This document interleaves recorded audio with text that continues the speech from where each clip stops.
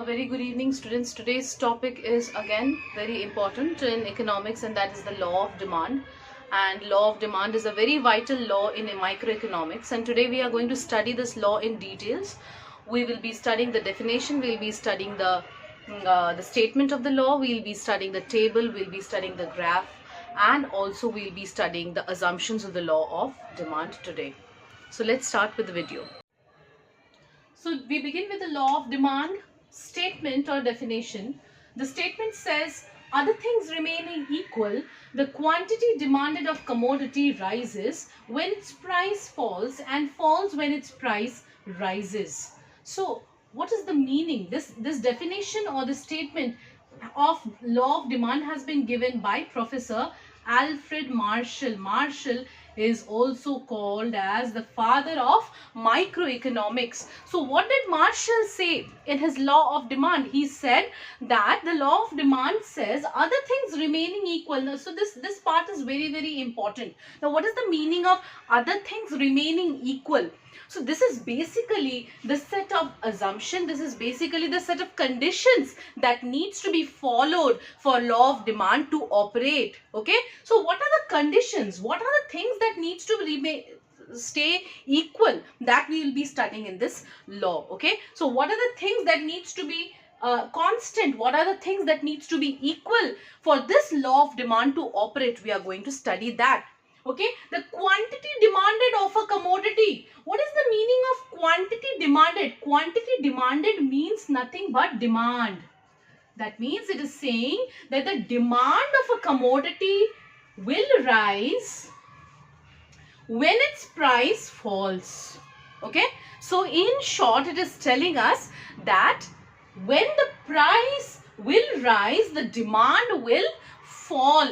Okay, and falls when its price rises. So demand will fall. What will fall? Demand will fall on the condition when the price of the commodity rises. So to make this law little bit simple, I have put here in simple words the definition. As price rises, its demand falls. As price falls, its demand rises. So if in the exam you are supposed to write the law of demand, if you find this little bit difficult to write, you could also write this. Okay, but it is always better that if you can remember the quoted words of Alfred Marshall. So whenever you write a definition of a professor in economics, it is always, much more valuable in terms of the simple version. Okay, in case you forget, you can go with this definition. Okay, so what is the law of demand telling us? It is telling us that as the price of a commodity rises, the demand falls, and as the price of the commodity falls, the demand rises. So what is the conclusion that we can derive from this law? What did we learn from this law? That there is an inverse relationship. What kind of relationship? There is an inverse relationship between two variables, and that is price, and the second one is demand. So the law of demand is basically stating a relationship between price and demand. Okay, and what kind of relationship are they sharing? They are sharing an inverse relationship. One rises, other falls. One falls, other rises. So this is the law of demand meaning. So now coming to the assumptions. Now we studied under the law that other things remaining constant or other things remaining equal. Now what are those things?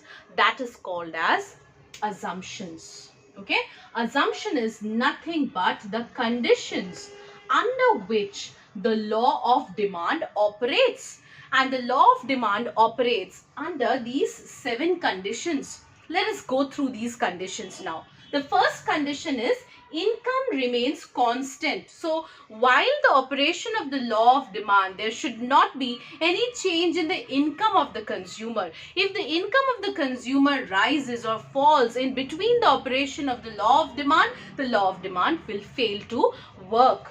Next is taste and preferences of the consumer should remain constant. Okay, so while the demand operates, there should not be any change in the taste of the consumer. Like if a person likes tea, he should not change his like for from tea to coffee. Okay, or if a person likes a soft drink like Coca-Cola, he should not change his like from Coca-Cola to Thumbs Up. So the taste has to be remaining constant during the law operation.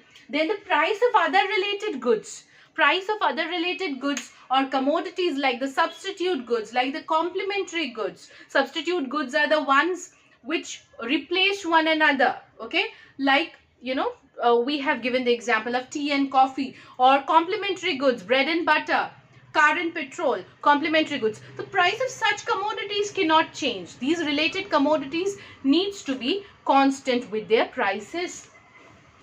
Then again, commodity should be a normal one. Okay, the commodity should be a normal one. Normal goods are those goods wherein with rise in income the demand rises, and with fall in income the demand falls. Okay, so normal goods are those kinds of goods. So we are not talking here with regards to inferior goods or inexpensive commodities. Okay, like matchbox, like salt, all these commodities will not come under this. So basically this law will operate only when the commodity is a normal commodity or a normal good. Next is size of population should be constant. So the population size, what is the meaning of population? Size of population, here we are referring to the number of buyers. Okay, it is the number of buyers. Or you could say that the market size should not fluctuate during the operation of the law. Okay, the market size should remain constant. Okay, if it changes, then the law of demand would not operate. Next is distribution of income. Distribution of income is also again very, very vital. There should not be any change in income distribution between the rich and the poor during the operation of the law of demand. No expectations in future prices. So there should not be any expectations in future price change, be it a rise, be it a fall. The future prices should not be expected to rise or fall during the operation of the law of demand. So these are the 7 assumptions or conditions under which the law of demand operates. So we can see here that the law of demand has been represented with the help of a table and of a graph. We have not drawn the graph. First let us look at the table. Now what does the table tell us? There are 2 variables. One is the price, other is the quantity demanded. Price is represented by rupees and quantity demanded is denoted in kilograms, that is kgs. So what do we see that when the price of the commodity is rupees 10, then the quantity demanded is 1 kg. Okay, when the price falls, do you see a fall? From 10 it is fallen down. From 10 it is fallen down to 9. When the price falls from 10 to 9, the demand rises from 1 to 2. Okay. Further, when we see the table, when the price falls from 9 to 8, there is a quantity demanded rise of 1 kilogram again, and the demand rises from 2 to 3. Again from 8 to 7 it falls. Price falls and the demand rises from 3 to 4. Again when the price falls from 7 to 6, the demand rises from 4 to 5. Okay, so we can see that there is an inverse relation between the 2 variables, price and quantity demanded. So we have tried to replicate these variables on the graph. Okay, on the x-axis we have taken quantity demanded, which is denoted in kgs, and on the y-axis we have taken the price variable, which is denoted through rupees. Okay, so we have plotted the points. The highest point in price is 10. Okay, it starts from 6 and it ends in 10, and the highest quantity demanded is 5 and it starts from 1. So we have put quantity demanded from 1 to 5, and we have put the price variable from 2 to 10. Now let us plot these points. We can see that at price 10, quantity demanded is 1. At price, we can also join it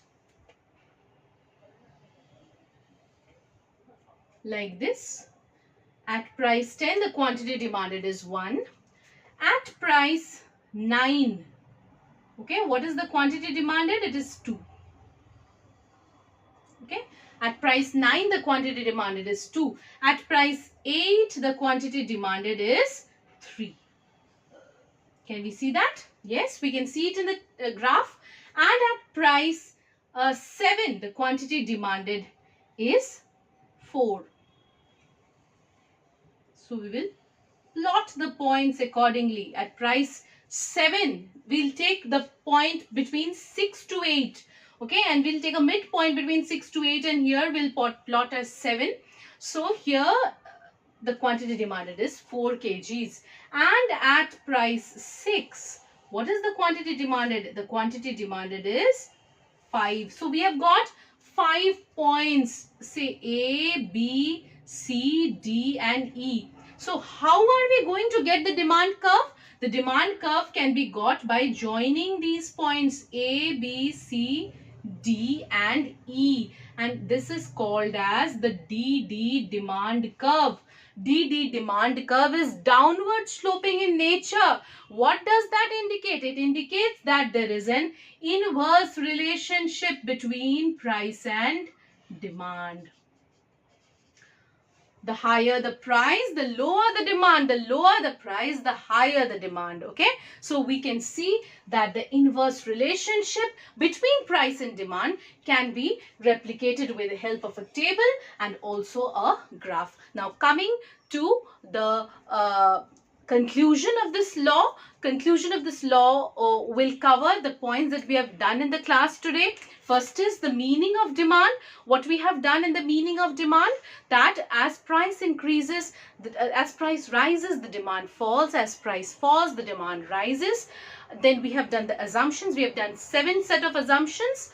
Then we have covered this table which is showing the inverse relationship between price and demand. And then finally we have replicated this table in the form of the graph, wherein we are again showing and stressing on the point of inverse relationship between price and demand.